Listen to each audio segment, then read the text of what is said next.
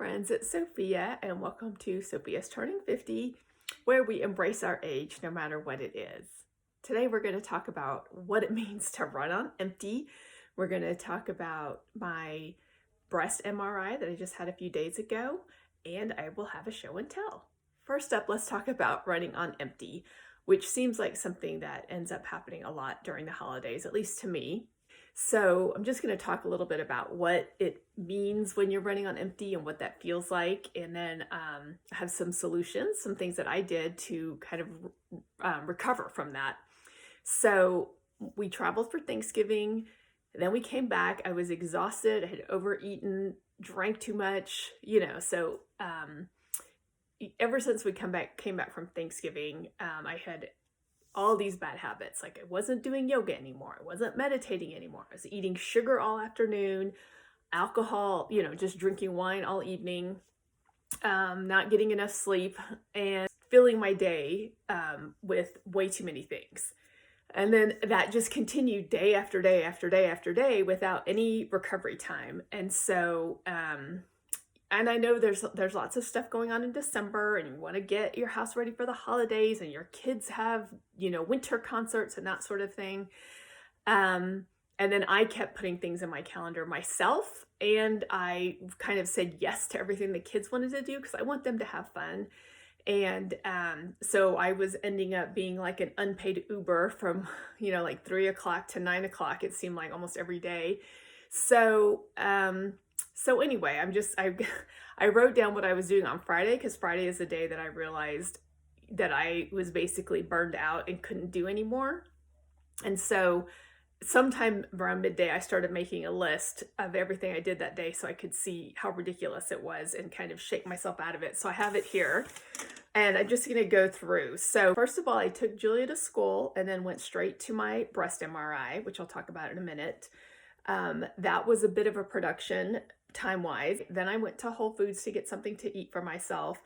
Then I went to pick up Julia and her friends from school. They had an early day because they just had one final. So I took them all to the mall, dropped them off, had to keep all their stuff because they had a ton of stuff with them and they didn't want to carry it around the mall all day. Then I went to pick up my shoes from some shoes that I had on hold at DSW, and that took forever because I don't know, they couldn't find them. Then I came home and I had my soup, which was of course cold by now. But then I saw some oatmeal on the counter and I said, oh, that looks good too. This is leftover oatmeal from 3 hours ago. So I ate the soup and then I ate the oatmeal, and I had bought the sushi for lunch. But I kind of wanted some right then, so I ate that. Also, some other things I ate. Then in the afternoon, I had Snickers, marshmallows, and cookies. So that was not good for me. That was way too much sugar. But I'll go back. Then I worked for a little while. Oh, guess what? I have a full-time job. So while I was doing all of these other things, I was checking my email on my phone and trying to work. Then I went to the chiropractor because I'd had pain in my neck for several days, and I knew that she could fix it right up. Then I was able to work for a little while at my desk again for a couple hours. Then I had some donations that I needed to drop off that I'd put together for this Christmas event. So I had to go drop those off. Then I came to pick up Lily, and while I was picking her up, Julia texted me that they had seen a movie at the mall, and that the movie was over and it was time for me to come bring all the stuff for all the girls because their parents were coming. So I ran Lily home, ran to the mall, met up with the people, dropped all the stuff off, came home, and got to work for a little while again. At 5 o'clock, this ruling from an appellate court came out that was pretty important for my company now. So it's 5 o'clock. I was just about to get my wine, but I had to stop and, put an email together to send out to like 20 people. And then my boss called me immediately because it was big news. And so we talked, and then I drank wine. And when I drink wine, fine to have a glass of wine with dinner. But basically for me at 5:05, I pour myself a glass of wine. Then I have a glass of wine with dinner. And then I kind of pour like one little sip and keep drinking that. And I, like pour myself little sips every half hour and try to pretend like I'm not having a third glass, which is way too much to do every single night. So anyway, that's what my day was like on Friday, and it feels like every day was like that, and that is too much. It's ridiculous. So don't do that. And now school is out, so, and all the activities are done. So now it's time for us to just like catch our breath and try not to overdo it.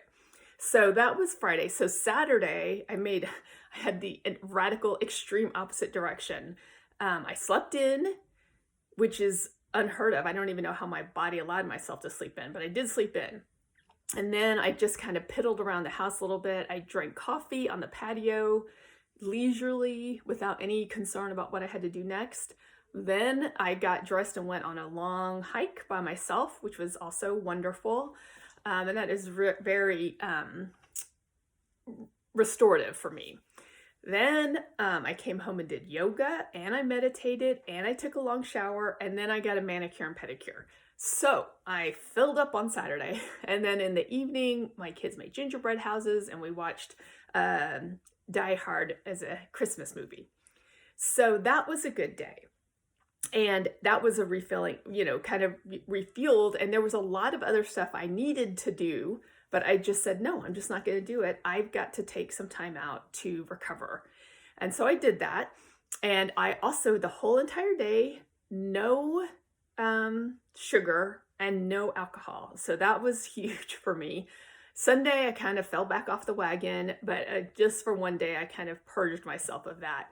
On Sunday, I kind of just, did stuff around the house on Sunday morning, but then there was a kid's birthday party. One of the girls' friends had a birthday party, and I went to it, and I was actually able to participate. It was an escape room, and I decided to do that. And I think this is one thing for you to think about. I made a conscious decision. Like, I have all this stuff to do, or I've never done an escape room before. I've always wanted to, and I have the opportunity to go with some other women. We did one room, the kids did the other room, and, have a fun hangout afternoon, try something new, and do that. And I decided to do that because it was fun. It was an opportunity to connect with other people. And so I did that, and it was a blast. And now, I still haven't done my stuff, but I don't care because it felt, it was better to take my time and do something fun. But the main thing is that I made a conscious decision about it. So I didn't feel pulled in all these directions or stressed or anxious because I looked at my list and said, I don't need to do any of those things. I would rather spend my time doing this. And so, that is a way to try to balance yourself, is figure out, can you at least divide the day? So Sunday felt a little bit more balanced because I did, things I had to do in the morning, and then I had a fun thing to do in the afternoon. And even though I didn't finish everything on my list, it was a more balanced day. Okay, so next I want to talk about my breast MRI. So I had that on Friday also. This is a day I did all that other stuff. And I just want to tell you a little bit about it. It's pretty straightforward. If you've had an MRI before, it's just like any other MRI. So you go in, you undress from the waist up. They have a special machine set up for it that's, you lay on your stomach, and there's basically two holes cut out at the bottom of the tray or whatever you're laying on. So then you lay down, you get yourself situated just right. You have to put your arms out in front of you, kind of on a pillow. They do the contrast. So, you have to get an IV in a good vein. Mine's right here. And that's for the contrast. So they do the MRI, they do one, set of images. And then where I am, they were able to remotely put in the contrast. So then the contrast goes in, and then they do another set of images. And then you're done. So I've had lots of MRIs. I've had this kind of MRI like 7 or 8 times. So it was no big deal. I usually fall asleep. I don't know. Don't ask me how I can fall asleep at a noisy MRI machine, but I usually do. And I fell asleep this time too. So let's see what else. Oh, I got my results right away that afternoon, Friday afternoon, I got my results. And so that was really good. And they're clean. Everything's fine. Good to go. So that was a relief, even though I had no symptoms, had no reason to think there was going to be anything there. You know, I still had to you know, when you're sitting and waiting for an MRI like that, you know, I spent the 20-minute wait just thinking about what could happen. And so I'm glad that I was able to get the results so quickly. There was another time when I had a breast MRI, like in 2014, and my doctor called me afterwards. And this is a doctor that I had had 2 years of fertility treatments with, had, you know, pregnant with twins as a mother of advanced maternal age. So I'd had to go in like every 2 weeks to see him, and he had never called me. So he's on the phone. And I said, oh, hell, this is not going to be good news. And so they had found a little something.